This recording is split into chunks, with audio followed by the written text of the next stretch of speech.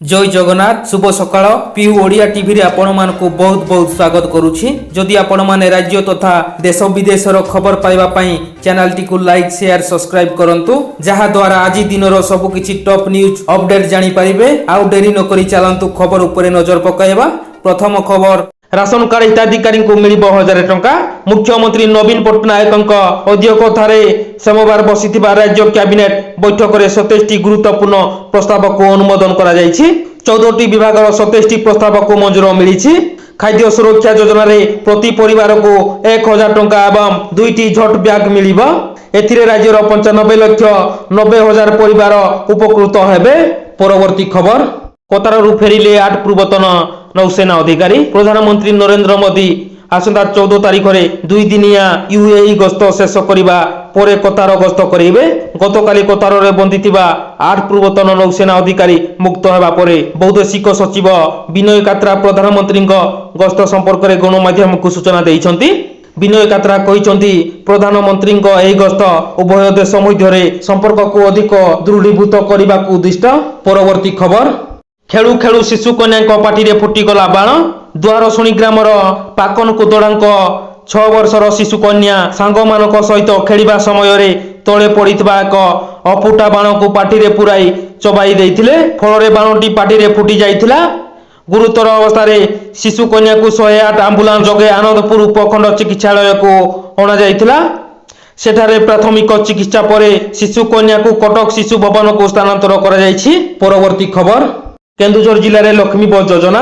गतकाली मुख्यमंत्री श्री नवीन Patnaik video conferencing जरिया बलांगीर बरगढ़ केन्दुझर मयूरभंज और सुंदरगढ़ जिले में लक्ष्मी बस योजनार शुभारंभ करिसेंती।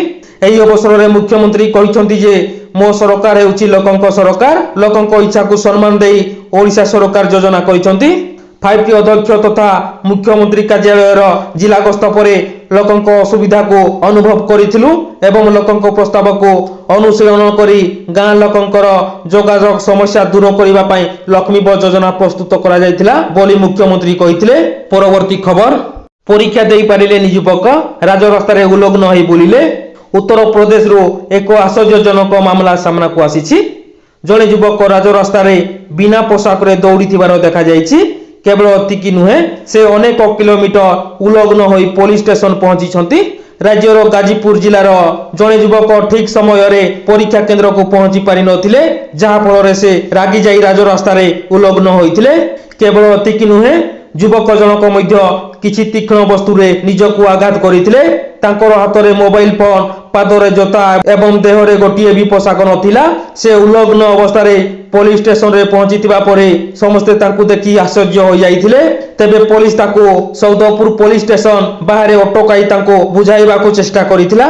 जेउथिरे युवक जनक समान अवस्था रे तांको घर को जाइथिले। एही समय रे अनेक लोक तांको मनाइबा पई चेष्टा करिथिले किंतु से किछि सुनिबा को प्रस्तुत नथिले। परवर्ती खबर खुशी खबर देले सरकार। युववर्ग को मिलिब 1 लाख। राज्य कैबिनेट रे एक गुरुत्वपूर्ण बैठक शेष होइछि। कैबिनेट बैठक रे 27 प्रस्ताव को मंजूरी मिलिछि। 14टी विभागर 27टी प्रस्ताव उपरे कैबिनेट मोहर मारिछि। बेकार युवक युवती संयोग योजना कार्यकारी हेबो। एही योजना रे युव गोष्ठी को 1 लाख टंका ऋण प्रदान करा जिवो।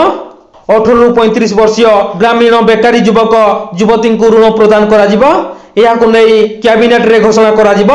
अनुसूचित जाति और अनुसूचित जनजाति वर्ग रे थिबा 40 वर्षीय पर्यंत युव गोष्ठी एथिरे शामिल होई परिबे। केउ बैंक रु युवक बा युवती ऋण नेबे ता सेमाने स्थिर करिवे। कोनोसी परिस्थिति ऋण रु मना करि परिबे नाही बैंक कर्तृपक्ष। ऋण परिशोध पई बेकार युव गोष्ठी को 4 वर्ष पर्यंत समय मिलिबो। 1 लाख टंका पर्यंत बिना सुध रे ऋण प्रदान करा जिवो। एही योजना उभय ग्रामांचल और सहरांचल रे बेकार युव गोष्ठी प्रयोज्य रहिबो। परवर्ती खबर रूपांतरित स्कूल रो पिला जीवनर सबु क्षेत्र रे सफल हेबो कहिसंती मुख्यमंत्री। 5टी स्कूल रूपांतरण अभियान रो चतुर्थ पर्यायर अंतिम दिन रे मुख्यमंत्री श्री नवीन पट्टनायक गतकाली जाजपुर जिलार 87टी रूपांतरित स्कूल को लोकार्पित करिसंती। सूचना योग्य जे पूर्व 3टी पर्याय रे राज्य रे स्कूल रूपांतरित होइछि। गतकाली चतुर्थ पर्याय रे समुदाय 1794टी रूपांतरित हाई स्कूल लोकार्पित हैला। ଏହି ପର୍ଯ୍ୟାୟ ସମ୍ପୂର୍ଣ୍ଣ ହେବା ପରେ ରାଜ୍ୟରେ ସମୁଦାୟ 8681ଟି ସ୍କୁଲ ରୂପାନ୍ତରିତ ହେଲା। ମୁଖ୍ୟମନ୍ତ୍ରୀ ଶ୍ରୀ ନବୀନ ପଟ୍ଟନାୟକ ଏହି ଅବସରରେ ଜିଲ୍ଲାର ବିଧାୟକ, ପଞ୍ଚାୟତ ପ୍ରତିନିଧି, ସ୍କୁଲ ପରିଚାଳନା କମିଟି, ଶିକ୍ଷକ, ଶିକ୍ଷୟିତ୍ରୀ ଓ ଅଭିଭାବକମାନଙ୍କୁ ଏହି କାର୍ଯ୍ୟକ୍ରମରେ ସହଯୋଗ ପାଇଁ ଧନ୍ୟବାଦ ଦେଇଥିଲେ। ଏହି ଅବସରରେ ଛାତ୍ରଛାତ୍ରୀମାନଙ୍କୁ ଉଦ୍ବୋଧନ ଦେଇ ମୁଖ୍ୟମନ୍ତ୍ରୀ କହିଥିଲେ ଯେ ରୂପାନ୍ତରିତ ସ୍କୁଲରେ ପିଲାଙ୍କ ସଫଳ ଭବିଷ୍ୟତ ପାଇଁ ସବୁ ସୁଯୋଗ ରହିଛି। ଆଜିର ପିଲାମାନେ ଆଗାମୀ ଦିନରେ ନୂଆ ଓଡ଼ିଶା, ସଶକ୍ତ ଓଡ଼ିଶାର ସାରଥୀ ହେବେ ବୋଲି ମୁଖ୍ୟମନ୍ତ୍ରୀ ଦୃଢ଼ ଆଶା ଓ ବିଶ୍ୱାସ ପ୍ରକଟ କରିଥିଲେ। ପରବର୍ତ୍ତୀ ଖବର, ସ୍କୁଲ ପଢା ପିଲାଙ୍କୁ ବିଧାୟକଙ୍କ ବିବାଦୀୟ ପରାମର୍ଶ। ପିଲାମାନଙ୍କୁ ରାଜନୈତିକ ପ୍ରଚାର କାର୍ଯ୍ୟରେ ପ୍ରତ୍ୟକ୍ଷ କିମ୍ବା ପରୋକ୍ଷ ଭାବେ ସାମିଲ କରିବା ଉପରେ ନିର୍ବାଚନ ଆୟୋଗ କିଛି ଦିନ ପୂର୍ବେ ସ୍ପଷ୍ଟ ନିଷେଧାଦେଶ ଜାରି କରିସାରିଛନ୍ତି। ଏହା ସତ୍ତ୍ୱେ ମହାରାଷ୍ଟ୍ରରେ କ୍ଷମତାସୀନ ମୁଖ୍ୟମନ୍ତ୍ରୀ ଏକନାଥ ସିନ୍ଧେଙ୍କ ଶିବସେନା ଗୋଷ୍ଠୀର ଜଣେ ବିଧାୟକ ପିଲାମାନଙ୍କୁ ନିଜ ପ୍ରଚାର ପାଇଁ ବ୍ୟବହାର କରିଥିବା ଅଭିଯୋଗ ହୋଇଛି। ଏହାକୁ ନେଇ ସେ ଏବେ ବିବାଦୀୟ ମଧ୍ୟ ହୋଇପଡ଼ିଛନ୍ତି।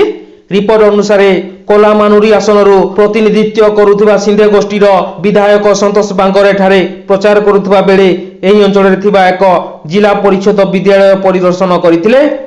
ସେଠାରେ ସ୍କୁଲ ପିଲାମାନଙ୍କୁ ସମ୍ବୋଧିତ କରି କହିଥିଲେ ଯେ ଯଦି ତୁମ ମା ବାପା ମୋତେ ଭୋଟ ନ ଦିଅନ୍ତି ତେବେ ଘରେ ତୁମେ ଖାଇବାକୁ ସିଧା ମନା କରିଦେବାର ଧମକ ଦିଅ।